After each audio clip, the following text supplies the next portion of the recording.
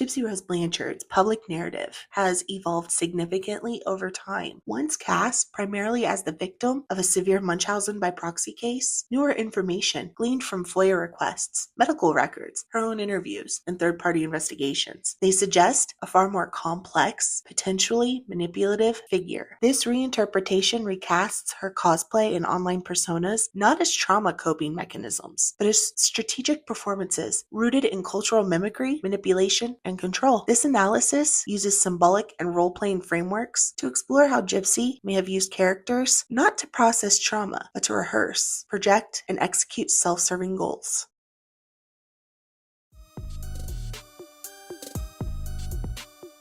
You are watching Trixie Lane, the Gypsy Rose Blanchard case Truths Unfold.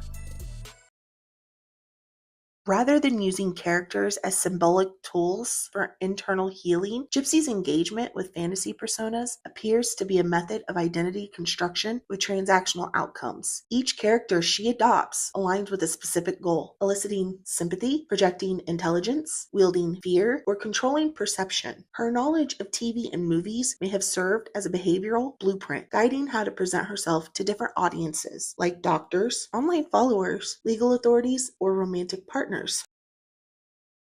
If these weren't expressions of internalized victimhood, they may have been mimic archetypes to manipulate sympathy. Cinderella, for example, is the ultimate poor me figure, helpless and beautiful, waiting to be rescued. She was also abused by a maternal figure and rescued by external forces, which mirrors the image Gypsy cultivated in earlier interviews and public appearances. Ariel, Cinderella, and possibly Belle serve not only as symbolic outlets for trauma, but as recognizable cultural templates used to provoke compassion. And these characters are ideal for attracting charity, romantic saviors, and public empathy. For example, Cinderella, used as a narrative to justify her victim status and encourage public rescue.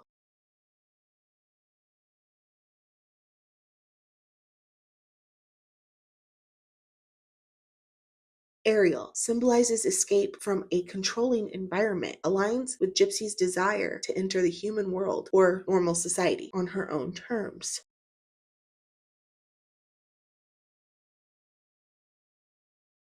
Belle, possibly reframed as the intelligent, misunderstood girl who sees deeper truths, enhancing her appeal to more intellectual or emotionally resonant audiences.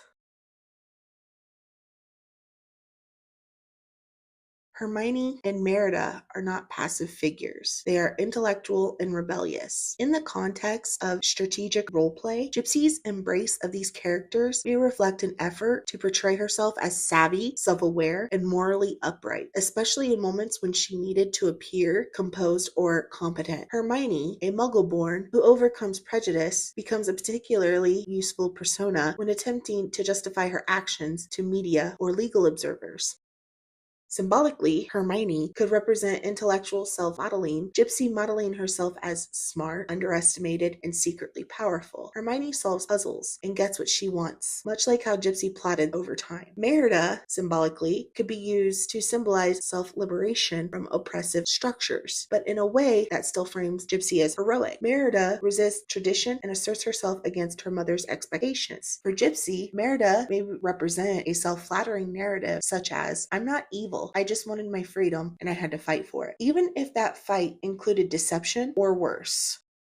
Characters like Harley Quinn, Demona, and the Ruby persona point to a different purpose: theatrical aggression and intimidation. These characters offer a blend of hypersexuality, chaos, and rage, useful when attempting to manipulate or threaten, especially in private digital exchanges, like those with Nicholas Godejohn. These personas also embody taboo breaking and rebellion, suggesting Gypsy enjoyed forming identities that would shock or provoke. Harley Quinn symbolizes emblematic of sexual control, danger, and rebellion, useful in romantic and conspiratorial manipulation. Demona or Ruby, symbolically, likely used as a role to enact threats, assert dominance, or perform unfiltered emotion.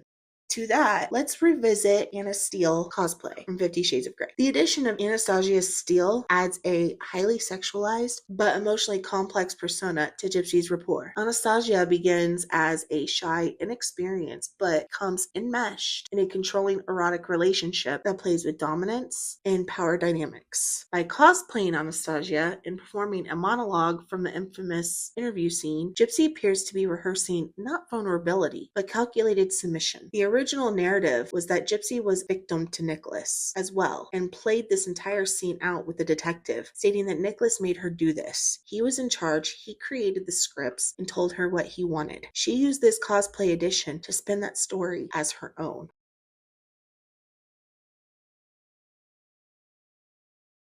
Scary. Alright, this is her hex book. And then this is what you do to make it a hex. Enemies and Gypsy's enemies. They might not want to fuck with me anymore. Or Gypsy.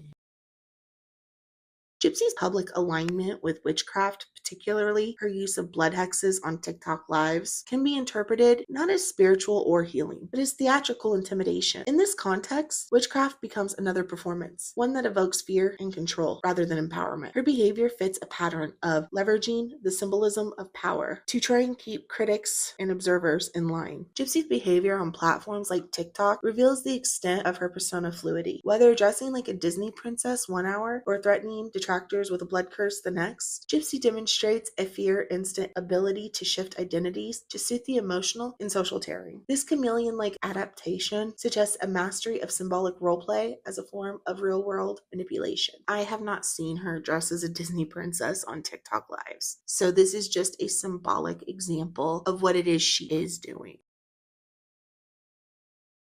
In conclusion, rather than interpreting Gypsy Rose Blanchard's cosplay as trauma expression or identity exploration, this alternate view positions her personas as tactical. Each identity, be it princess, scholar, rebel, or witch, serves a distinct purpose to extract resources, justify behavior, control narrative, or intimidate enemies. In this framework, Gypsy's personas are not fractured parts of a traumatized psyche, but calculated roles in a long-term performance rooted in media archetypes and personal gain. Her story, when viewed through this lens, shifts from a tragedy of victimhood to a complex performative study in identity manipulation, one in which cosplay is not therapy, but strategy. That's all for now, guys. I hope you enjoyed this video. If you did, please give a like, comment, and subscribe, and I will see you guys at the next one.